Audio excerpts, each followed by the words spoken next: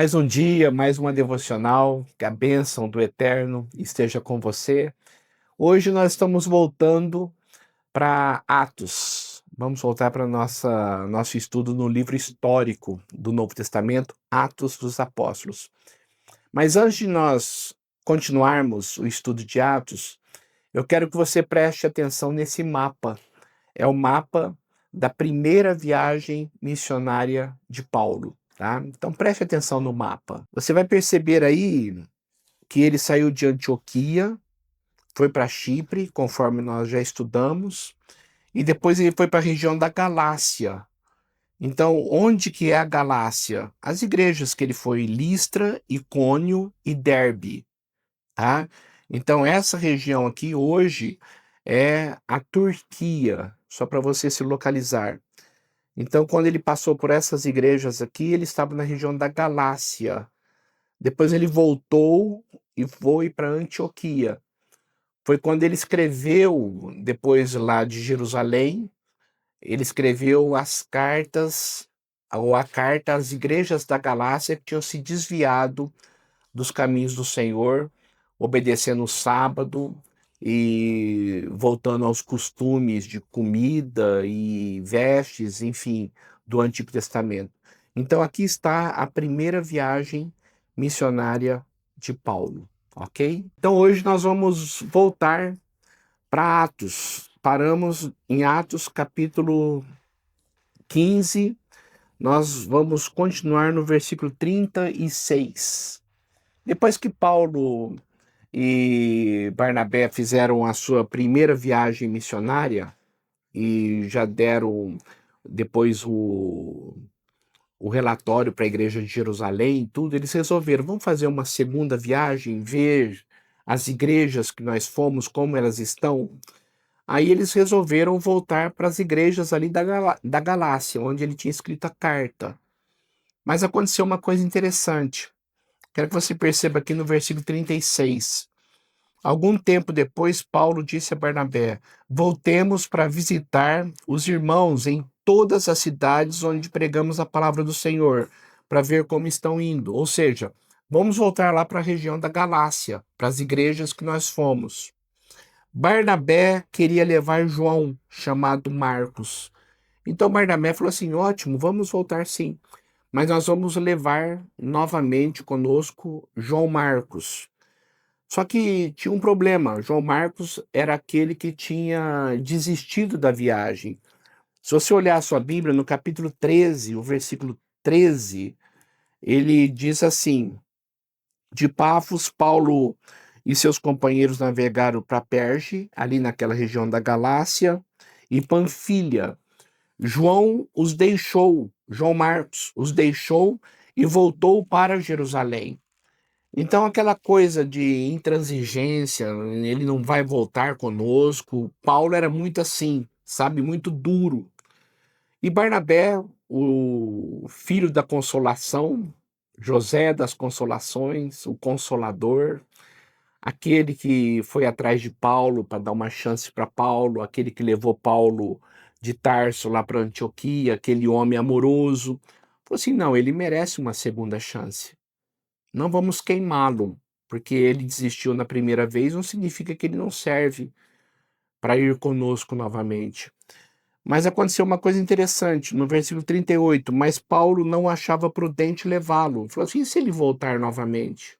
E se ele desistir de novo? Pois ele, abandonando-os na Panfilha, não permanecera com ele no trabalho. Agora, o versículo 39 é interessante. Paulo e Barnabé tiveram um desentendimento tão sério que se separaram. Por quê? Barnabé falou assim: não, nós vamos ter que dar uma chance para João Marcos. Então Barnabé, levando consigo Marcos, navegou para Chipre. E Paulo escolheu Silas e partiu, encomendando pelo Senhor a graça do Senhor, ou encomendando pelos irmãos a graça do Senhor. Passou então pela Síria e pela Cilícia, fortalecendo as igrejas. Olha só que coisa interessante. Dali saíram duas viagens, porque Barnabé falou assim: não, nós vamos levar João Marcos. Queridos, olha só que coisa, os bastidores, né. Barnabé, pouco se fala dele, mas foi Barnabé que deu uma oportunidade para Paulo, que deu apoio para Paulo, foi lá em Tarso e levou para Antioquia. Foi Barnabé que projetou Paulo. E depois Paulo querendo queimar, vamos assim dizer, João Marcos, porque ele desistiu a primeira vez, Barnabé novamente falando: "Não, vamos dar uma chance para ele". E pegou e levou consigo. Foi João Marcos que escreveu o Evangelho de Marcos. Olha só, Marcos, que escreveu o Evangelho de Marcos, né, João Marcos, ele não teria feito isso se não fosse Barnabé. Como Deus usou Barnabé na vida de Paulo. Então eu vou dizer uma coisa para você, as pessoas que estão nos bastidores e muitas vezes não aparecem, são importantíssimas. Então muitas vezes nós queremos holofotes, mas o que importa é a glória de Deus e o trabalho de Deus ser feito. Então se você ficar preocupado com aparecer ou aquela coisa toda, muitas vezes Deus nem vai te usar. Então, os trabalhos que parecem ser menos importantes são importantíssimos, tudo sendo feito para a glória de Deus. Então, esse homem Barnabé, para mim, é um grande exemplo. Eu o admiro muito, principalmente pela sua humildade e principalmente pela sua compaixão, sua misericórdia. José das Consolações, Barnabé. Então, fica aí uma dica para você, tá? Tudo que você faz para Deus, tudo é visto por Ele. E muitas vezes as pessoas não dão importância, mas o que importa é Deus ver. Então, a partir daqui, Paulo vai para sua segunda viagem missionária. Pegando Silas, ele partiu. Chegou a Derbe, agora vamos entrar no capítulo 16. Chegou a Derbe depois de Listra, ou seja, ele tinha voltado para aquela região ali da Galácia, onde vivia um discípulo chamado Timóteo. Então, lá naquela região da Galácia, onde Paulo já tinha passado, ele voltou para ver como que estava a igreja lá, ou as igrejas, né, da Galácia. Ele encontrou Timóteo. A sua mãe era judia, convertida, e o seu pai era grego. Os irmãos de Listra e Icônio davam bom testemunho dele. Paulo, querendo levá-lo na viagem, circuncidou-o por causa dos judeus que viviam naquela região, pois todos sabiam que o seu pai era grego. Eu quero que você preste muita atenção nisto, da diferença que há no livro histórico, que é Atos, e Atos é o único livro histórico do Novo Testamento, e a doutrina da igreja, que são as cartas. Paulo disse lá em Gálatas: vocês não podem circuncidar-se. Se vocês circuncidarem, vocês estão anulando a graça de Deus e negando a fé em Cristo. Vocês cairão da graça se vocês fizerem isto. Então parece uma contradição. Como que Paulo, então, agora circuncida Timóteo? Então é uma boa pergunta. Por isso que é importante nós estudarmos a Bíblia e percebermos a diferença de doutrina e história, tá? Na doutrina, se deve circuncidar? Não. Deve obedecer o Antigo Testamento? Não. Estamos livres do Antigo Testamento. Aí por que que Paulo, então, circuncida Timóteo para levá-lo na sua viagem? Porque senão ele não poderia entrar nas sinagogas onde era pregado o evangelho. Porque os judeus sabiam que ele era filho de um grego e ele não era circuncidado, ele não tinha se convertido ao judaísmo. Então não é que Timóteo se converteu ao judaísmo, ele simplesmente teve que passar pela circuncisão para poder entrar nas sinagogas, porque todo lugar que Paulo chegava, na terra dos gentios, o primeiro lugar que ele ia era na sinagoga. E dali ele começava a pregar o evangelho para as outras pessoas. Então havia muitos lugares que ele não poderia entrar se Timóteo não fosse circuncidado. Então, por isso que ele circuncidou, tá? Então, não há contradição. Há simplesmente doutrina, aquilo que eu devo seguir, que está na carta, nas epístolas, e história, aquilo que eu devo interpretar de acordo com o momento da história. Então, por isso que Timóteo circuncidou-se, tá? Tão somente por isto. O versículo 5. Assim, as igrejas eram fortalecidas na fé e cresciam em número a cada dia. Eu quero convidar você agora para ver o mapa, o outro mapa, agora da segunda viagem missionária, onde nós vamos estudar esse trajeto de Paulo e você vai achar interessantíssimo tudo que Deus fez na vida deles e a maneira como Deus agiu e entender onde que ele foi, quanto tempo que ele ficou em cada cidade e a história da segunda viagem missionária de Paulo. Então, vamos lá. Presta atenção no mapa da segunda viagem missionária de Paulo. Agora Paulo e Silas. Então vamos lá, conforme você pode observar aí no mapa, então, este é o mapa. Quando ele sai de Jerusalém, vai para Antioquia. Lá de Antioquia, há aquele desentendimento ali com Barnabé. Ele separa e ele pega agora Silas. E onde ele vai? Ele vai para Tarso, depois Derbe, Listra, Icônio. Aqui é a Galácia. Aqui é onde ele passou a primeira viagem missionária. E foi justamente aqui que ele encontra Barnabé. Aí Barnabé se junta a eles. Depois ele vai para Antioquia da Pisídia. E aqui é uma coisa interessantíssima: ele chega em Troade. E nós vamos, a partir de agora, ver a história em Atos. Em Troade, ele tem uma visão que nós vamos estudar agora. E nessa visão, Paulo, dirigido pelo Espírito Santo de Deus, vai para Macedônia. E a capital da Macedônia, a cidade mais importante da Macedônia é Filipos, tá bom? Então, onde que é essa região que você está vendo aí no mapa? Filipos é uma região que abrange uma parte da Grécia, Albânia, tá certo? Ali na Europa. Então, de Troade, Paulo foi para Filipos. E depois nós vamos voltar para este mapa mais tarde. Agora, vamos voltar para Atos. No versículo 6, ele tem uma visão.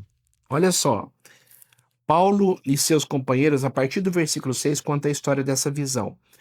Paulo e seus companheiros viajaram pela região da Frígia e da Galácia, que nós vimos no mapa, tendo sido impedidos pelo Espírito Santo de pregar a palavra na Ásia. Eles iam para cá e Deus disse: não, vocês não vão para lá, vocês não vão para a Ásia. Quando chegaram à fronteira de Mísia, tentaram entrar em Bitínia, mas o Espírito de Jesus os impediu. Deus estava mostrando para onde queria levá-los. Então contornaram Mísia e desceram a Troade. Troade é onde nós vimos no mapa. E foi em Troade que ele teve uma visão. Durante a noite, Paulo teve uma visão, na qual um homem da Macedônia estava em pé e lhe suplicava: passe a Macedônia e ajude-nos. Depois que Paulo teve essa visão, preparamos-nos imediatamente para partir para Macedônia, concluindo que Deus nos tinha chamado para lhes pregar o evangelho. Então, onde que ficava a Macedônia antigamente, nessa época aí que Paulo foi? É na região da Grécia, Bulgária e Albânia, ali na Europa, tá certo? Então, olha só que coisa interessante, queridos. A ideia de Paulo era partir para a Ásia, mas Deus disse: vá para a Europa. Olha só que coisa. Hoje nós temos a graça de termos o Ocidente evangelizado, a Europa evangelizada, Grécia, depois Roma, depois Espanha, toda essa região da Europa a Europa foi responsável pela colonização da América, tanto a América do Sul, a América Central e a América do Norte. Então, o que que nós podemos dizer? Que todo o evangelho influenciou o Ocidente, porque Deus deu uma visão para Paulo dizendo: vá para a Europa, porque ele queria ir para a Ásia. E o Espírito de Jesus impediu e disse: é para cá que você vai. Eu quero colocar para você a importância da soberania de Deus, a importância da direção de Deus e o privilégio que nós temos de morarmos no Ocidente, onde o Evangelho chegou. Olha só a importância de você entender isto. Olha só a importância de eu saber disto. Então foi em Troade que Deus mandou-os para Macedônia, ou seja, para Filipos. Então, quando ele chegou lá em Filipos, que era a capital da Macedônia, que era uma cidade grande, um distrito romano, e aqui nós temos, partindo de Troade, versículo 11, navegamos diretamente para Samotrácia e no dia seguinte para Neápolis, que eram os nomes das cidades ali da Macedônia. E dali partimos para Filipos, na Macedônia. Macedônia, Filipos, que é colônia romana, ou seja, era uma cidade muito grande, era a capital da Macedônia, a principal cidade daquele distrito, e ali ficamos vários dias. E ali ele começa o trabalho, a evangelização da Europa, a evangelização do Ocidente, começou ali, nessa cidade chamada Filipos. Ali converte-se uma moça chamada Lídia, uma das que ouviam, versículo 14, uma mulher temente a Deus chamada Lídia, vendedora de tecido de púrpura da cidade de Tiatira. O Senhor abriu seu coração para atender a mensagem de Paulo. Paulo pregando ali na beira da água, onde eles estavam lavando roupa, mexendo com as coisas do dia a dia. Deus abriu o coração dela. É Deus que converte as pessoas através da pregação. O ouvir, a fé vem pelo ouvir, o ouvir da palavra de Deus. Paulo pregando, o Espírito Santo vai lá e abre o coração de Lídia. Tendo sido batizada, bem como a sua casa, ela nos convidou dizendo: fique na nossa casa. Aqui você já começa a perceber que para de dizer que houve manifestação de línguas estranhas. Aqui começou a dizer que ela foi convertida e depois da conversão aceitou Jesus, Cristo tocou no coração dela e ela foi batizada. A partir de agora você vai começar a perceber que não há mais aquela coisa de preocupação de línguas estranhas, no caso lá, não é nem línguas estranhas, mas línguas faladas que as pessoas conheciam na época, que é diferente do dom de línguas, aquelas línguas lá de Atos 2, que aconteceu também lá em Samaria, que depois aconteceu com Cornélio. E aqui nós começamos a perceber que houve o batismo do Espírito Santo, porque foi o Espírito Santo que tocou no coração dela para se converter, mas não diz nada sobre manifestação de línguas estranhas. Houve a conversão dela e depois o batismo dela. Começa a perceber a importância de entender a história da igreja. Depois Paulo é preso na prisão lá em Filipos. Certo dia, indo nós para o lugar de oração, encontramos uma escrava que tinha um espírito pelo qual predizia o futuro. Queridos, olha, o diabo não tem poder de prever o futuro. O que ele tem o poder é de fazer com que as coisas aconteçam dentro daquilo que ele coloca que vai acontecer, se a pessoa procura essas coisas. Vamos supor, alguém procura uma pessoa que prediz futuro, ela já está dando um lado para o diabo. Aí aquela pessoa prediz: olha, o teu marido vai acontecer um acidente. Aí acontece o acidente. Não foi o diabo que previu o futuro, mas ele trabalhou para que aquele acidente acontecesse. Porque o diabo não tem poder de prever o futuro. Somente Deus é o dono do futuro e somente Deus sabe o que vai acontecer. Somente Deus é onisciente e somente Deus está no futuro. Então não existe predição de futuro. Existe um trabalhar maligno para que aquilo que foi falado aconteça. Percebe a diferença? E se a pessoa já está procurando uma predição de futuro, por isso que eu falo, toma cuidado com cartas, toma cuidado com necromancia, consulta mortos, toma cuidado, porque isso você está dando lado ao diabo para agir na sua vida. E as coisas que são faladas lá muitas vezes acontecem, por quê? Porque o diabo faz com que aquilo aconteça. Então não é o futuro que ele está predizendo, mas ele está fazendo com que aquilo aconteça. O que Paulo fez? Expulsou aquele demônio, mas só que ela dava grande lucro para os seus senhores, e a partir dali pegaram-nos, tanto Paulo e Silas, levaram para a praça pública diante do magistrado, e eles foram açoitados na praça pública. Queridos, o açoite romano constava de 40 chibatadas. Eu vou dizer uma coisa para você, aquilo lá era uma coisa tão dura de aguentar, a dor tão enorme. E Paulo e Silas foram açoitados em praça pública por soldados romanos. Depois, os magistrados, depois que uma multidão se juntou contra Paulo e Silas, levaram o carcereiro. O carcereiro recebeu ordens, versículo 23. Depois de serem açoitados, severamente açoitados,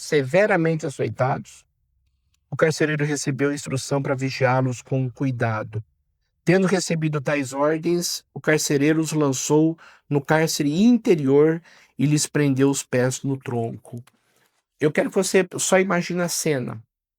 Eles foram tremendamente açoitados, praticamente as costas em pele viva, dores horríveis, vergões. O carcereiro recebeu ordem, eles devem ser muito bem guardados. Então colocou-os no cárcere interior. O que é o cárcere interior? Tem as salas das prisões, ou da prisão, as salas, que elas vão do primeiro ao último. O cárcere interior é o último, onde está o esgoto da prisão.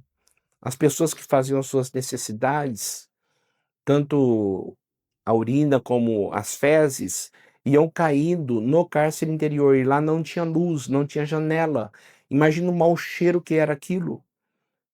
Os pés deles ficaram amarrados no tronco, depois de serem sido açoitados e severamente açoitados. Agora, uma coisa eles tinham no coração. Eu quero que você preste muita atenção no que eu vou dizer. Lembra da visão de Troade?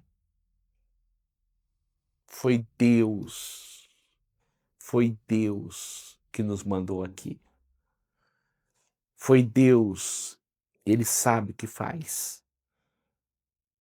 À meia-noite, olha só o que aconteceu.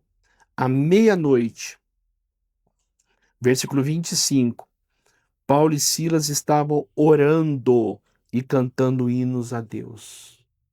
À meia-noite, com dores no cárcere interior, com os pés no tronco, estavam cantando louvores a Deus. Por quê?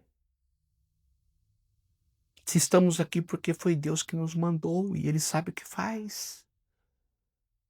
Você tem convicção que é Deus que dirige a sua vida?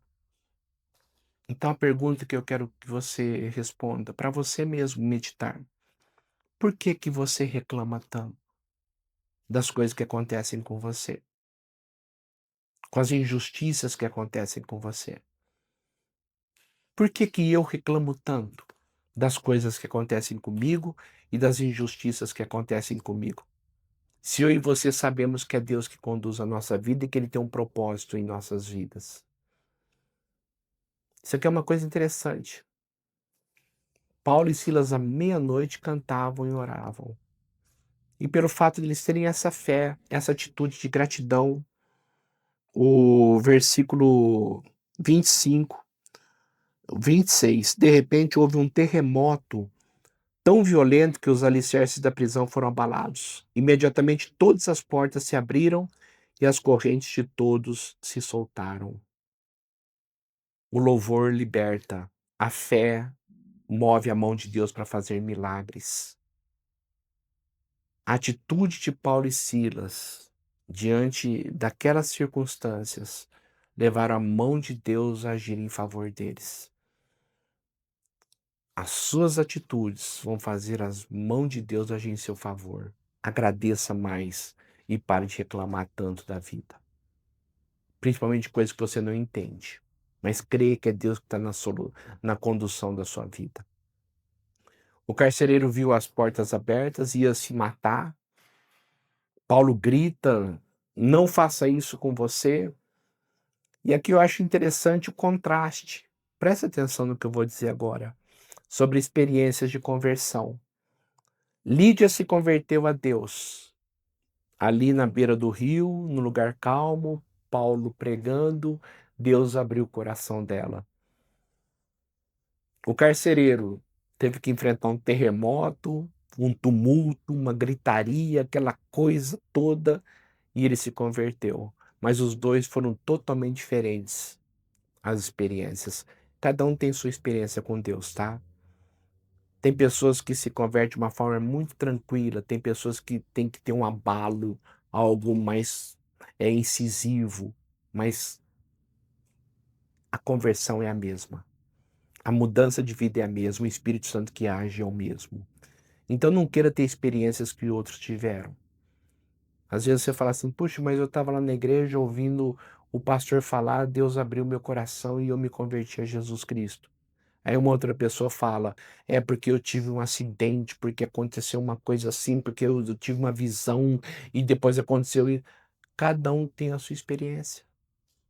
Cada um tem o seu jeito. Isso é muito interessante. Olha só o que aconteceu.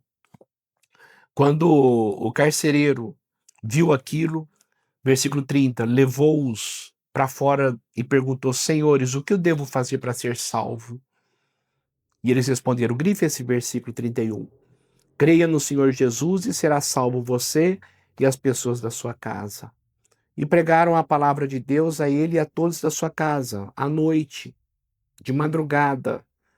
Naquela mesma hora da noite, o carcereiro lavou as feridas deles e em seguida ele e todos os seus foram batizados dentro de casa de madrugada. Batismo por aspersão. Eles não saíram para ir no rio, eles não saíram para uma piscina. De madrugada, dentro da casa do carcereiro, onde que eles iam arrumar um lugar para ser batizado por imersão, afundar a cabeça num tanque, não tinha onde. Sem falar que aquele homem era gentil, nem talha de purificação eles tinham. O que aconteceu então? Batismo por aspersão. Isso aqui está mais do que claro no texto. E ele foi batizado. Depois que Paulo falou para os soldados que ele era cidadão romano, os magistrados foram lá, pediram desculpa para eles, falaram assim, ó, vão embora. E a partir daí, eles partiram e saíram de Filipos e foram para outra cidade chamada Tessalônica. Deus abençoe muito a sua vida, viu? Creia que Deus está no controle da sua vida e de tudo que acontece com você. Vamos orar. Senhor, eu quero consagrar nossas vidas ao Senhor e agradecer muito porque o Evangelho chegou até nós, porque essa foi a tua vontade. Obrigado pela visão que o Senhor deu para Paulo lá em Trode, obrigado porque o Senhor o trouxe para a Europa, obrigado porque o Senhor teve um plano pro Ocidente e o Senhor tem um plano para as nossas vidas. E se nós conhecemos o Senhor, foi porque o Senhor programou isso, o Senhor tem um propósito para nós. Ajude-nos a agarrar essas oportunidades que o Senhor tem nos dado de te conhecer como o Senhor tem nos dado. Muito obrigado. Em nome de Jesus. Amém e amém. Deus abençoe muito você, viu? Muito mesmo.